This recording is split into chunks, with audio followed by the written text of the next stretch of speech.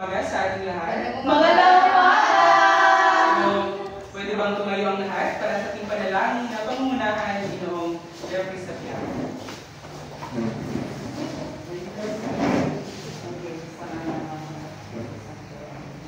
So, ang namin ng mga kapay-kapay na kami sa araw na sa kanilang umaga, sa kanilang kabanata ng mga aming katahatin at nawa po ang dapat-ilag nito na bigyan po siya ng kaalaman na may bahagi niya ng tama at teka pastuhan ang kanyang nais pagdating sa amin.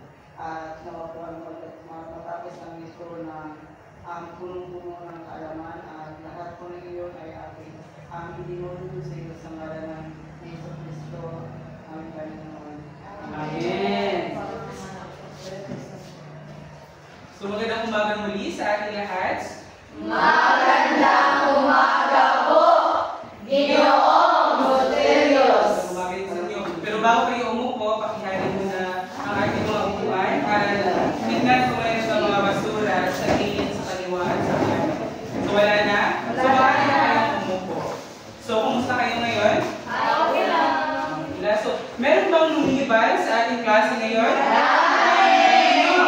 So, ngayon ay bago tayo magsimula sa ating paksang itatalakay, so syempre magkakaroon muna tayo ng paunang gawain. So, lahat pakibasa. Ang lahat ng mag-aaral ay kalahok sa gawain ito. Ang gagawin niyo lamang ay isusulat ninyo ang inyong mga sagot sa isang malinis na papel. Tandaan, ito ay paunahan at ang unang makakakuha ng tamang sagot ay magkakaroon ng 5 puntos. So, nauunawaan ba ang ating panuto, mga mag-aaral? Okay. So, kung sino ang unang makauna ng pagkano ng kanyang papel, ay siyang may puntos at automatic na may oral recitation siya agad. So, naiintindihan ba? So, nakahanda na ba ang mga papel? Okay. 1, 2, ang unang salita ay okay. Ay! Uy! Si Sean! Tama ba ang borrowing? Borrowing. So, merong puntos siya. So, sa susunod naman, ready na ba? Ready na ba?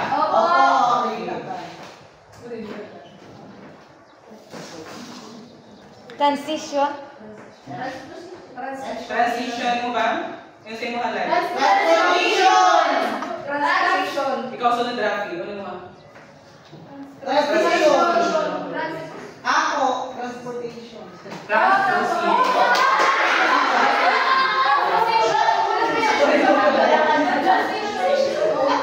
Okay na. Okay, sa susunod naman na salita ay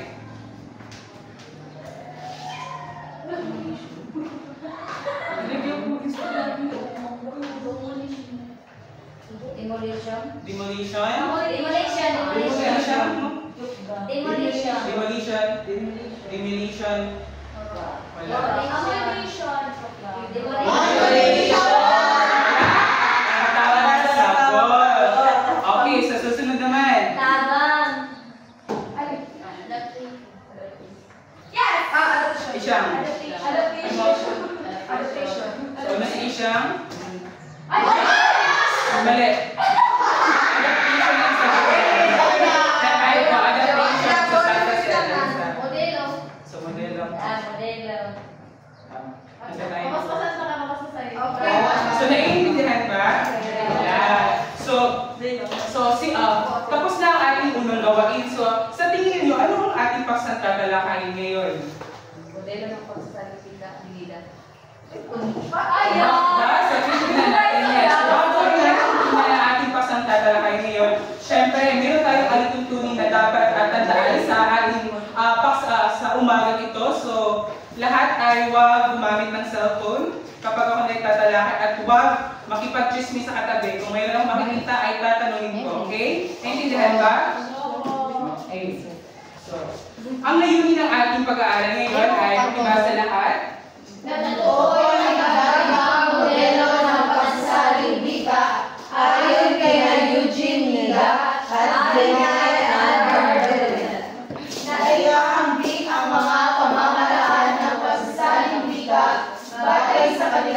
katangian at paggalit, na ipapakita ang pag-unawa sa mga modelo ng pagsasalin sa pamamagitan ng pagsasanay at apresyon sa pagsasalin ng mga pag-uusap o teksto. Okay.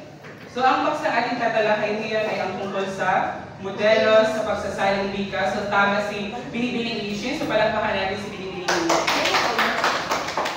Okay. So, una dito sa lahat ang modelo ni Eugene Neda. So, si Eugene Neda ay nagpapanukala ng dalawang pangunahing pamamaraan sa pagsasalin. Alam mo naman natin na may mga eksperto na mayroong mga pamamaraan kung paano isasalin ang isang paksa. Mayroon ding iba't ibang uri ng pagsasalin. Pero dito sa modelo ni Eugene Neda ay meron siyang dalawang panukala. So ito ang una ay ang formal equivalence or ang formal na pagkakapantay-pantay. So inuuna ang istruktura ng gramatika sa kahulugan ng bawat salita sa original na teksto. Madalas itong ginagamit sa teknikal at akademikong sulatin. Ibig sabihin nito, pinapanatili ang simulaang lingwahe ito sa tunguhang lingwahe. Ibig sabihin dito, inuuna ang istruktura ng gramatika at kahulugan. Ibig sabihin, walang nababago sa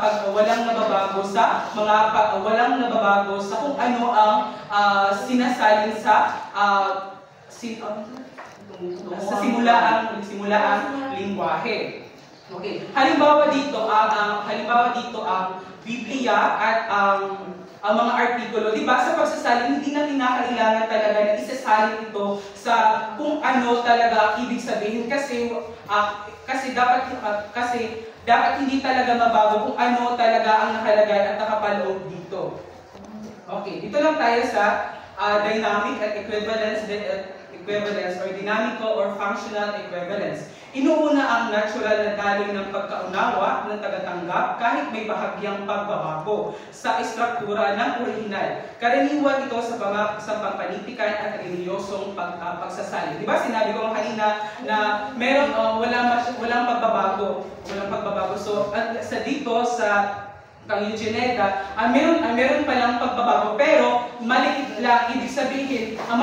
Ibig sabihin may mga salita talaga na walang masyadong katumbas sa salita ng isang kultura o isang pamayanan. Kaya parang pinipit o para mas maunawaan ito na mas naiintindihan palalo ng mga mambabasa. So naiintindihan ba?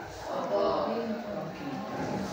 Dito naman tayo sa modelo ni Nina Jane Paul at Binay at Jane Bartlett. So, sa mga bahagi ito ay tatalakayin din ni Binibining si mamaya.